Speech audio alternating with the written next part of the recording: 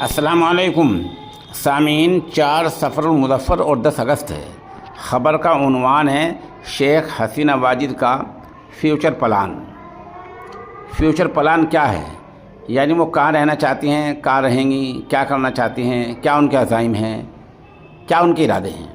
इस हवाले से आज एक मीडिया हाउस ने उनके बेटे सजीब वाजिद का इंटरव्यू छापा है और दावा ये किया है कि हमारे बंगाल के नुमाइंदे ने उनसे इंटरव्यू लिया है। पहले वो इंटरव्यू का खुलासा हम पेश कर रहे हैं।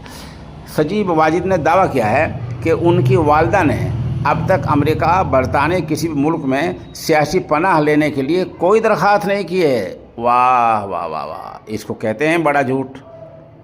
उनके बेटे सजीब वाजिद ने ये दावा किया है आज, जैसे कि एक मीडिया हाउस ने अपने यहाँ छापा है कि मेरी वालिदा ने बरतानिया, यूके या किसी भी देश में जाने के लिए, सियासी पनाह हासिल करने के लिए कहीं कोई दरख्वास्त नहीं दी है। और क्या कहा आगे, सजीब वाजिद ने कहा कि उनकी वालिदा हालात साजगार होते ही, हालात के ठीक होते ही दोबारा बांग्लादेश पहुंचेंगे और अपनी पार्टी को खड़ा करेंगे। अलबत्ता इस सवाल का जवाब नहीं दिया उन्होंने कि क्या उनकी वालिदा सरगर्म सक्रिय सियासत में आएंगी। वो कहते हैं ये हालात पर मौकूफ़ होगा, हालात कैसे होंगे। बिलाल उन्होंने आज ये दावा किया है कि उनके वालिद दोबारा बांग्लादेश जाएंगी और वहीं रहेंगी, वो अपने वतन से दूर नहीं होंगी। साथ साथ उन्होंने वतन अजीज़ के वज़ीर-ए-आज़म प्रधानमंत्री नरेंद्र मोदी का शुक्रिया अदा किया है कि उन्होंने मेरी माँ की जान बचाई है।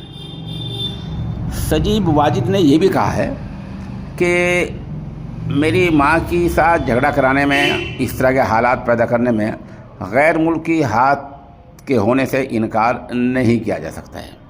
साथ साथ उन्होंने अबूरी वज़ीर-ए-आज़म डॉक्टर मोहम्मद यूनुस के बारे में भी गलत सलत बातें कही हैं। सवाल ये है कि क्या इस तरह कहने के बाद में और इस तरह दावे के बाद में आप लोग बांग्लादेश जाने की सोच सकते हैं? अगर कहीं आपको जाना है, कहीं आपको रहना है, तो वहाँ का गुणगान करना होगा, वहाँ की जायज़ बातें माननी होगी और उस जुल्म से तौबा करनी होगी जो आपकी पार्टी ने वहाँ किए हैं। जिस तरह कंकाल मिल रहे हैं और जिस तरह जेल खाने से लाशें मिल रही हैं और जिस तरह 8-8 साल बाद कैदियों को वहाँ आईना घर में डाले रखा हो, वैसे ही अब बाहर आए हैं।